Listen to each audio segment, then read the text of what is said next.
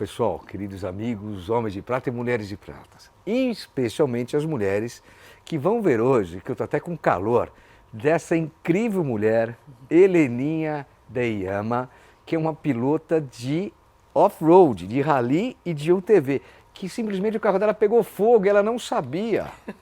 Você está se abanando, mas o fogo já apagou. Não, mas só a história dela já é uma história, pô. E além do que, ela tem tudo isso, ela conquistou um príncipe árabe. Vamos saber, Heleninha. Heleninha, seja muito bem-vinda aqui no Homens de Prata, é um prazer recebê-la. Obrigado pela gentileza, inclusive, de gravar um lifestyle com a gente recentemente. Ela teve o prazer de eu ensiná-la a andar de UTV. Vocês podem ver lá e tirar dúvida. Heleninha, conta um pouquinho. Quem é Heleninha Deyama? Bom, primeiro eu quero agradecer você, Cuca, por ter me convidado, né, por ter aprendido um pouco de UTV comigo. Deu trabalho, viu? Esse cara deu trabalho. Não sou bração, não, vai. Mas ele fez direitinho. Pô. E nos divertimos, o que é mais importante, né? Então, é verdade.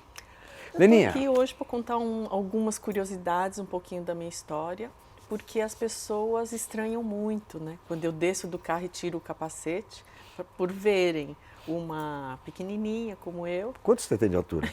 Eu tenho 1.540 milímetros. Olha que loucura. E é uma gigante quando sobe no automóvel e encara esses desafios, principalmente no rally. Eu sou um exemplo de que tamanho não é documento, né, É Cuca? verdade, completamente. Nós, né? Heleninha, me conta uma coisa. Tudo bem, você é pilota, você começou muito tarde, mas você tem uma história antes que não tem nada a ver com automobilismo. Você é uma diretora de arte. Conta um pouquinho desse seu mundo das artes. Então, eu desde pequena que eu sou meio que diferente do resto da minha família, né? Além de gostar de pedalar, de fazer minhas travessuras, eu sempre gostei das artes e da música. Música também é uma arte. Você também é roqueira ou não? Sim. Ou você é musicista? Bateria, né? Você é musicista. As duas coisas. Eu já toquei violoncelo. Que aí seria uma musicista. Uma musicista. Toquei na Orquestra Jovem do Sesc, montei um conjunto de câmera, toquei no casamento da minha irmã como musicista. E também já toquei bateria em banda de rock. Então, meu estilo... eu gosto de música, né? Música boa. Então, o meu estilo predileto é o rock, sem dúvida. Então você está me falando que você é musicista, é baterista e também gosta de... que eu soube, de motocicleta. Sim, eu aprendi a andar de moto antes de aprender a dirigir um carro. Minha primeira habilitação, naquela época não tinha categoria A, B, C, estava escrito motociclista. E além dessas suas habilidades, seus hobbies, você também, como eu falei inicialmente, você é uma diretora de arte. E você tinha uma empresa chamada Luarte. Conta um pouquinho sobre essa passagem pela comunicação. Eu, quando fui entrar na faculdade, eu já trabalhava, já tinha comprado minha moto e tudo, mas eu tinha de fazer faculdade. Aí eu optei por fazer Belas Artes. Então, me formei em artes plásticas, mas quando entrei na faculdade, eu já trabalhava em agência, naquela época eu não era diretora de arte, eu era assistente do diretor de arte. Então, manchava layout, fazia minhas artes. E quando eu terminei a faculdade, eu montei a minha empresa, que é a Luarte. Você ainda tem empresa? Ou? Tenho, mas eu não atuo mais Eu, inclusive, mudei a atividade da empresa para... Tem lá o design gráfico, mas a atividade principal são eventos esportivos. Que legal. Pessoal, não se esqueçam de se inscrever no nosso canal no YouTube, colocar sininho, compartilhar e também vá nas nossas redes sociais, Instagram, Facebook, LinkedIn e também podcast e assistam todos os nossos conteúdos, não só as entrevistas, como lifestyles, momentos financeiros, que é muito interessante. Queria também aproveitar aqui, agradecer a Água Prata e a Brasil Prev pela gentileza de nos ceder as suas instalações, ok? Heleninha, me fala um pouquinho agora, como é que pintou na sua vida a história do automobilismo? Porque até então você anda de bike, de moto, é musicista, é diretora de arte e de repente você é uma das maiores pilotas, se não for a maior pilota do Brasil, me corrija se eu estiver errado, de rally. Como é que surgiu essa nova atividade na sua vida? Ou paixão, né? Isso demorou um pouco para eu conseguir, porque eu sempre gostei dessas coisas de off-road, de conseguir chegar em lugares de difícil acesso. No começo foi com a minha moto. Para vocês terem uma ideia, comprei minha moto quando eu tinha 19 anos e só consegui comprar meu primeiro Jeep com 35 anos. Quer dizer, demorou para eu conseguir Nossa. juntar o dinheiro, levou 16 anos. 16 anos. De trabalho, mas tinha aquele sonho, sabe? Eu via aqueles Jeeps andando na rua. Já pensando em off-road? Já pensando em off-road, porque como a minha moto era pequena, eu não conseguia acompanhar os meus amigos que tinham todos motos maiores, né? 350 cilindradas, e eu não alcançava o pé no chão, eu tinha de andar com a 125. Você era a única mulher nessa época já? Sim, sim, sempre. Eu era a única garota no meio da turma de bike, da turma de moto, e quando eu consegui comprar meu Jeep também, eu era a única mulher na turma dos jeepeiros, dos off-roads lá. Que mundo, hein? Mas, e foi nesse mundo que eu conheci o Cuca. É verdade, eventos corporativos que ela realizava pra gente na minha agência 27 Comunicações na época. E assim, respondendo a sua pergunta, como eu entrei, na verdade eu comprei o Jeep para realizar um meu sonho de fazer off-road. Já comprei um Jeep bem grandão, já que eu não podia ter uma moto grande, o Jeep podia ser grande. Que Jeep que era? Era um Jeep Engesa.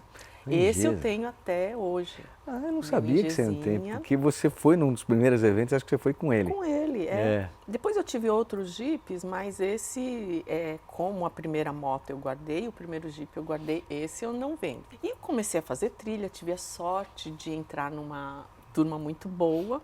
Não sei se você lembra, eles eram muito fortes lá na Serra da Cantareira. Ainda é, né, o berço do Sim, off-road, a Cantareira. aqui em São Paulo, aqui em né? São Paulo. Serra da Cantareira tem as trilhas mais difíceis e tudo. E com eles, com essa turma, comecei a fazer uns eventos corporativos. A gente fazia ride corporativo, rally de regularidade corporativa. Eu organizei uns 4 com vocês e o nosso querido falecido Elcio. Isso, e foi nessa que eu conheci o Cuca. Mas até então era só trilha, eventos e tal. Mas comecei a conhecer pessoas que já corriam Rally dos Sertões, aí surgiu, despertou essa vontade. Lógico que eu não fui direto para o Rally dos Sertões, comecei fazendo rides. Como é que pintou esse convite? Que eram rallies, foi essa turma mesmo. Eles falaram, Heleninha, você não quer correr um ride? Eu falei, eu vou, lógico. Explica o que é o ride para as pessoas. Eu nunca nego fogo, né? O ride é um rally de regularidade só para jipes. Então, é um rally, vamos dizer assim, de obstáculos. Então, ganha quem conseguir passar todos os obstáculos sem perder tempo, ou seja, sem errar o percurso, que tem um navegador, sem perda de tempo. encalhar e mantendo a velocidade média estipulada pela prova. Então, isso é um ride, é muito interessante porque são muitos obstáculos, sabe? Uns barrancos, um lugar que você fala assim, e não tudo vai dentro dar de um pra tempo passar. a ser cumprido, né? Sim, então ganha quem conseguir passar por todos aqueles obstáculos. Mas muita gente encalha, e um tem de ajudar o outro, é uma bagunça. Mas aí começou a sua história no ride. Sim, eu ganhei o primeiro ride que eu corri. Essa foi uma Tirou os marmanjões da frente. Foi uma coisa bem Isso legal. é empoderamento da mulher, tá vendo? Aqui as mulheres de prata vêm e ganham.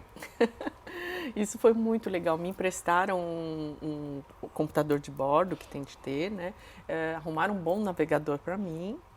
Os ralis normalmente, normalmente não, sempre são disputados em dupla com um navegador. Um navegador, porque é o navegador que vai controlar o seu tempo, dizer estamos atrasados, aumenta a velocidade, diminui a velocidade, e o piloto tem de conseguir vencer os obstáculos, né? Passar pelos barrancos, pelos atoleiros, atravessar rio. É bem divertido. Eu comecei com essa modalidade, que é o ride. Só 4 anos depois, então eu já tinha 39 anos, que eu consegui o carro adequado, o patrocínio e recursos para correr o meu primeiro Rally dos Sertões. Que é o grande rally que acontece aqui na América Latina, né? Sim, eu fazia os rides, mas eu gostava era de acelerar, sabe? Eu tinha aquela coisa de querer mais velocidade. Porque no Rally do Sertão não tem regularidade, né? Só... Já teve por alguns anos uma categoria de regularidade, mas não tem mais. Então, o Rally dos Sertões, para o pessoal saber, é uma prova de cross-country. O que é uma prova de cross-country? Também tem um navegador, porque a gente não conhece o trecho que a gente vai passar. Tá. Então, o navegador vai te falar o caminho. Mas você tem de fazer aquele trecho mais rápido possível. Tá. Aí é competição mesmo. É competição Vence de com o menor tempo de velocidade. E são outra particularidade do cross-country, são especiais muito longas.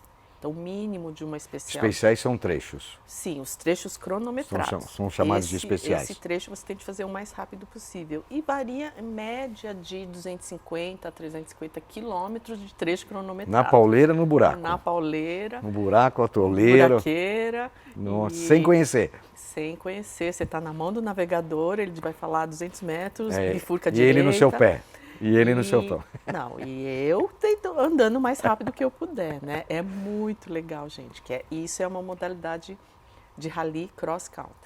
E no Rally dos Sertões, só um parênteses, não são só jipes, são caminhonetes, são várias modalidades de veículos, não são? Inclusive Sim. Uma que você está hoje. Sim, hoje o Rally dos Sertões é dividido entre motos, quadriciclos, UTV, que é a modalidade que eu corro, e carros.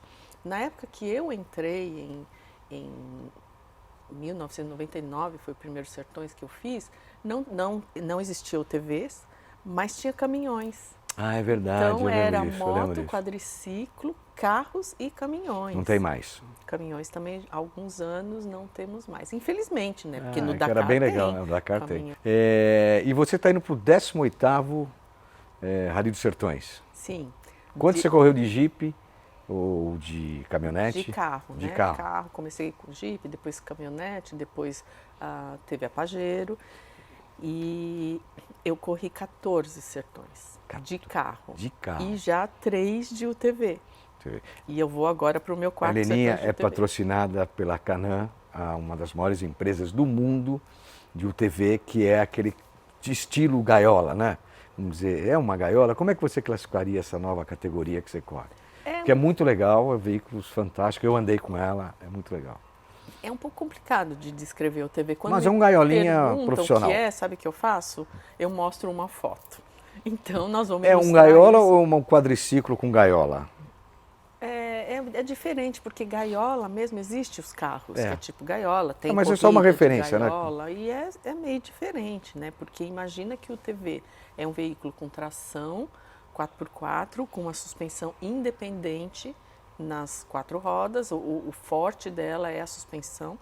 É fantástico. E chamam de gaiola porque ela é aberta, não é um carro, não tem para-brisa, não tem janelas. Então tem a gaiola, que é o que protege, mas é totalmente aberto. Então é vento na cara, como se fosse de quadriciclo, mas tem 2 assentos. Então vai o piloto. E o quadriciclo é a ATV, né? O TV seria o jipinho, né? Vamos simplificar, e o ATV seria a moto. Sim. Agora me fala uma coisa, você andou em carro pegando fogo e não sabia? Essa história... Por isso é que no começo da entrevista eu fiz aquele calor. Como é que uma mulher anda num carro pegando fogo? Essa história é muito Conta onde é que foi. Conhecida. Ela aconteceu em 2009, já faz um tempo que aconteceu. Eu estava competindo no Rally dos Sertões com uma Pajero, movida a etanol. E já no fim, faltava 2, 3 dias, se eu não me engano, para terminar o rally, estava disputando, estava indo super bem na prova, o carro pegou fogo. Mas o interessante é que o carro estava pegando fogo, deve ter sido um vazamento de combustível, os tanques de combustível são atrás, e esse fogo, esse vazamento deve ter caído em cima do escapamento, né? Isso é dedução. Gerou uma faísca, talvez. A gente não sabe o que exatamente causou esse fogo, só que eu não percebi. O fogo começou lá atrás, mas eu estava correndo, olhando para frente, a gente não corre olhando para trás, né? E eu não percebi, eu só percebi quando numa descida muito forte eu freiei e esse álcool que estava vazando deve ter vindo para frente na freada e eu senti um cheiro muito forte de etanol, sabe? Que chegou a arder os olhos, aí eu falei, tá vazando combustível. Nossa. Eu não percebi que estava pegando fogo, eu parei porque estava vazando combustível, eu senti por causa do cheiro. Só que a hora que eu tirei o carro do trecho e parei e abri a porta, o fogo já entrou. Labareda. Os pneus traseiros estavam pegando fogo. Toda a parte de trás é de fibra de vidro, né? Fibra de vidro pega fogo muito rápido. Completamente inflamável. Tava como se fosse uma lareira. Nossa. Só para vocês entenderem, esse carro, a Pajero, ele tem uma parede de fogo aqui atrás. Então tem um ferro. É caminhonete que você está mandando? Não, é uma Pajero. Pajero. Então eu não estava vendo o que estava acontecendo atrás. Então é fechado, o Blindagem, habitáculo, né, que a gente chama, onde está o piloto e o navegador, e o fogo estava daí para trás, tudo estava pegando fogo. Que loucura. E se Esse eu- foi o seu pior acidente? Não, já teve pior. O pior mesmo é sair capotando, né? Que já aconteceu de Capotando. descer uns 5 tombos capotando de frente. Mas esse O foi que é mais... descer 5 tombos? É porque eu passei direto uma curva, eu vinha muito rápido, quando eu tentei fazer a curva não deu, então nessa hora é passar direto, né? Eu vi uma cerquinha lá, atravessei a cerca e eu achei que eu ia para o meio de um mato. E era E uma era um piramba. mato. Só que eu passei o mato, tinha um tronco, acho que uma árvore caída no mato, o mato era alto, eu não vi, que ele calçou e o carro saiu capotando assim, ó, de frente, porque eu bati nesse tronco. Meu Deus. Com a Pajero? É, com a Pajero. E depois, não, a Pajero é que pegou fogo, Ah. não me confunde, Cuca. Isso foi com uma L200, uma caminhonete. Mitsubishi também. Isso, Mitsubishi. Não tem nada contra Mitsubishi, foi só uma coincidência, pelo amor de Deus. É. E depois, por azar, depois desse tronco que fez o carro sair capotando, aí desci um barranco. Meu, Por você isso se que eu machucou? digo que eu desci capotando, foram 5 tombos, que eu contei os Você se tombos. machucou? Não, graças a Deus. que bom. E isso é um outro detalhe, esses carros de rally são muito seguros, né? Bacana. O sistema de banco, concha, com cinto de 6 pontos, a gente está muito bem preso no cinto, e o que Toda a salva gaiola de proteção. a gaiola. As gaiolas são homologadas com um tubo que aguenta muito, então não pode ser um tubo fininho, né? A gaiola não está lá de enfeite, então... Vai, agora conta do Prince. Ele se apaixonou por você? Bom, antes tivesse se apaixonado, né? A história não é bem assim, mas Ah, olha, vai. de coração, Olha a japa. é uma história muito comovente, porque ele me ajudou a continuar no rally. Nesse que pegou fogo. Sim, bom, quando a Pajero pegou fogo, qual foi assim? Eu chorei muito, mas não foi de susto. Eu chorei porque eu achei que eu não ia nunca mais correr um rally. Porque esse carro pegou fogo, ele estava financiado, eu não tinha conseguido terminar de pagar o carro. Como é que eu ia comprar um carro novo para continuar rally? Era seu, não era patrocinado? Não, esse carro era meu. Então, assim, a primeira coisa que eu pensei, falei, acho que é um sinal. Que eu tenho que parar por aqui, esse foi meu último rally, o carro pegou fogo. E, assim, todo mundo sabia, né, da dificuldade financeira que eu ia ter para continuar no rally. E o mais legal é que a mobilidade, assim, o rally inteiro se mobilizou para me ajudar. Assim, a solidariedade, era essa a palavra que eu queria achar. Dentro do rally foi uma coisa muito bonita. É, todo mundo se ajuda. Muito né? emocionante, sabe? E eles organizaram uma rifa, o que sobrou do carro? Onde foi? Desculpa, que região que foi do Brasil isso? Foi na região de Barra, no sertão da Bahia. Então a gente já estava lá no final. Quase chegando, né? Quase chegando. Ia chegar em Natal ou Fortaleza, não lembro bem. É, já estava no Nordeste. Já estava no Nordeste. E o que sobrou do carro foram 4 pneus reserva que estavam no caminhão, né? Pneus que ainda eram de reserva. Eles resolveram rifar esses pneus, todo mundo contribuiu. Aí no fim foi sorteado a rifa e quem ganhou falou que não queria os pneus, só comprou a rifa para me ajudar e resolveram leiloar os pneus, aí organizaram um leilão. Tudo isso no final do rally, na cerimônia de premiação. E nessa cerimônia estava... Você já tinha desistido da prova? Não, como desistir? O carro pegou fogo. Então, você já não tinha voltado Eu com outro carro. estava de carona, estava de carona, eu fui até o final, justamente porque eu já estava com a passagem comprada para voltar do final, eu tinha de chegar lá. E o príncipe, esse príncipe aí da história... Seu príncipe. O meu príncipe estava participando desse rally na equipe da Volkswagen, uma equipe alemã. Porque esse rally é internacional, vem pilotos de fora, equipes de fora. E ele estava correndo com o Touareg na equipe da Volkswagen e ele se comoveu com a história, sabe, de leilão. Ele sabia que meu carro tinha pego fogo, mas não sabia por que estavam fazendo um leilão.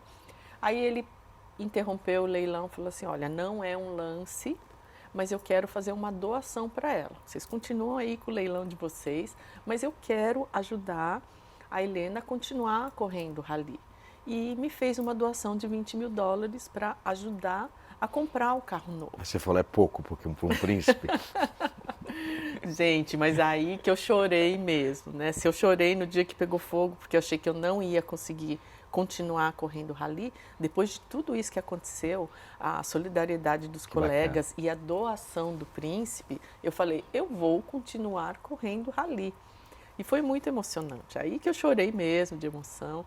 Com esse valor eu consegui comprar pela paixão, vai. o meu carro novo, coloquei o nome de Príncipe no carro. Ah, que bacana. Comprei uma L200R, RS, né? Que era uma caminhonete a diesel, e coloquei o nome de Príncipe. E corri 2 anos mais com esse carro, que é o Príncipe. E o Príncipe, nunca mais viu? Claro que eu vi. Depois eu vi, encontrei com ele na largada do Dakar, na largada, aí no meio da especial eu fui acompanhar o Rally Dakar, que ele corre. Esse príncipe, vamos falar o nome dele, ele é um príncipe do Catar, ele Só do chama-se Catar. Nasser Al Attiyah, e ele já ganhou o Dakar, o maior rally O mais conhecido, mais conhecido, né, internacionalmente, 4 vezes. Ele é 4 vezes campeão do Dakar, é um super príncipe e um super piloto. E se apaixonou por você. Que legal. Que sorte seria a minha, hein, se eu tivesse um príncipe apaixonado por mim. Mas é um príncipe que mora no meu coração. Legal. E toda vez que eu encontro ele, eu vou agradecer, ele só fala para mim assim, você não precisa agradecer, eu só quero que você continue correndo rally. E aí você foi para Canam, foi disputar agora, alguns anos você vem disputando e hoje é patrocinada pela Canam, que te dá toda a estrutura. Qual a diferença de andar de UTV e um carro nos sertões? Olha, essa categoria UTV ela está crescendo muito e eu acredito que seja por causa do prazer de pilotar que esse veículo te dá. Ele é mais, vamos dizer, radical do que o carro, né? Porque ele é um carro muito leve, mas com uma boa potência, cerca de 200 cavalos para um peso de 600, 700 quilos. Isso. E a suspensão, como eu disse no início, como é independente nas 4 É fantástico, eu tive o prazer de andar com você. Onde o carro soca muito, vamos dizer assim, porque ele tem um curso menor de suspensão, né? Ainda mais eu que andava de caminhonete, tem eixo rígido na traseira, ele pula muito, o UTV passa por cima de tudo. Eu vi naquele aquela costela de vaca que nós passamos no nosso treino lá. Nossa, impressionante. Você com uma suspensão, não né? Sente, é incrível. Então, para um rally longo assim, você termina o dia muito menos quebrado, vamos dizer, porque soca menos lá dentro e o ventinho na cara, você não passa tanto calor como passa dentro do carro, né?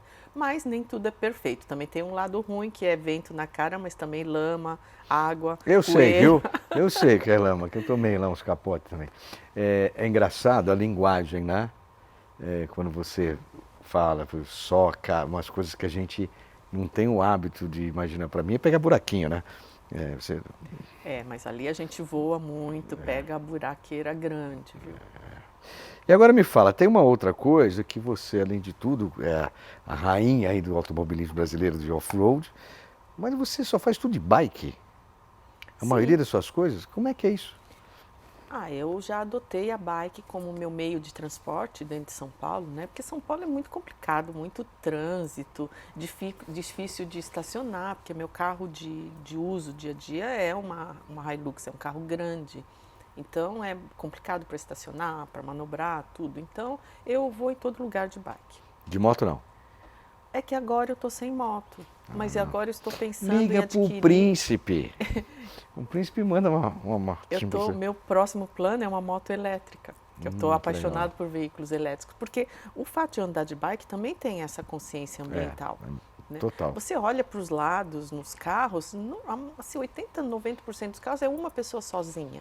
Um carro de, sei lá, quase 1 tonelada para levar uma pessoa de 70 quilos e queimar combustível fóssil. Queimar combustível, exatamente. Então, esse também é um dos motivos além de eu gostar de pedalar, isso facilita muito a minha vida, ir para um lado para o outro de bike, tem essa coisa da consciência ambiental também. É um carro a menos na rua e um carro a menos poluindo o nosso meio ambiente. Você acha que o seu principal aprendizado que você traz nessa faixa da sua vida, essa conscientização de sustentabilidade? Eu acho assim, esse esporte que eu escolhi esse esporte por estar mais perto da natureza.